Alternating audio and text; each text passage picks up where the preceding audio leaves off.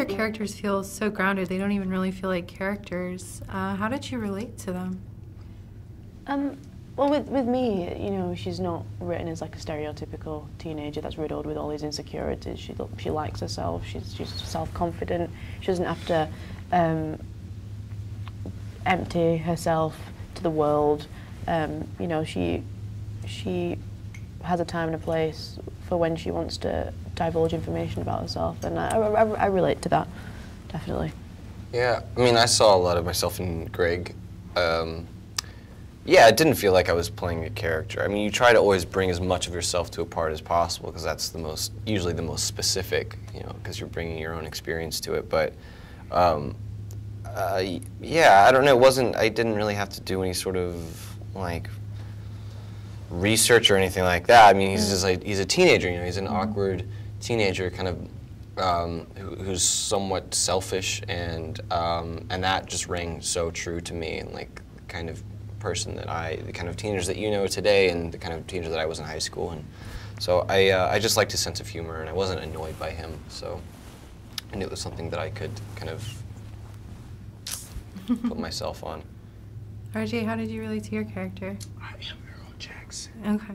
No, I'm playing. You seem very smooth, so I believe it. Yeah, I'm smooth like butter on the top of some warm chocolate. Flirting. I'm not. What? She said I was smooth. I Wow. started it. Come on, Mom. But no, I just me and Earl are kind of the same person. He's just very controlled, and his honesty is more cut dry. He's not reaching for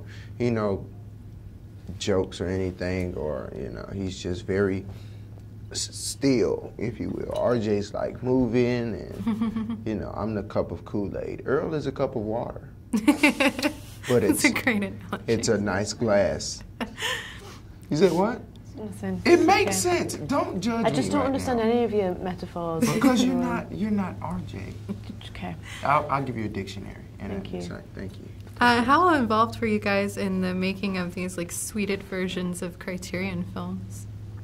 I mean, Ed Bursch and Nate Marsh were the two kind of animators, and they did a lot of the stop motion animation, and they did the final film that Greg and Earl make, and they had a hand in basically like helping to direct these little short films, so that they all have this very unique handmade feel. And I mean, they taught me how to use the Bolex camera, and we like definitely had a lot of say, and we could sort of, there were times where we were just like, okay, do whatever you want for this scene. This is kind of the basic outline of what you're doing, but we had a lot of freedom. It was very collaborative. I feel like this movie was very collaborative in a lot of ways, and yeah. What were some of your favorites?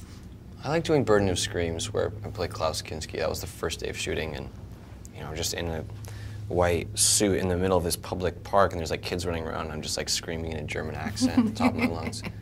And mine was Midnight Cowboy, or 2:48 p.m. Cowboy.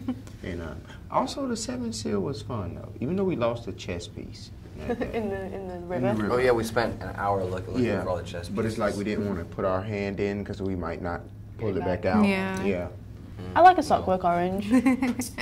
Not really. No, I do. I'm going through them. I love his Burden of Screams. That's my favourite. It makes me cry laughing every single time. I think his German accent is so good. And I think he's just captured it perfectly. And also I love, what's the one that he didn't make it, but you're hanging off? Vertigo. Vertigo. Oh, Vertigo. Yeah. Thank you guys so much Thank for you. your time.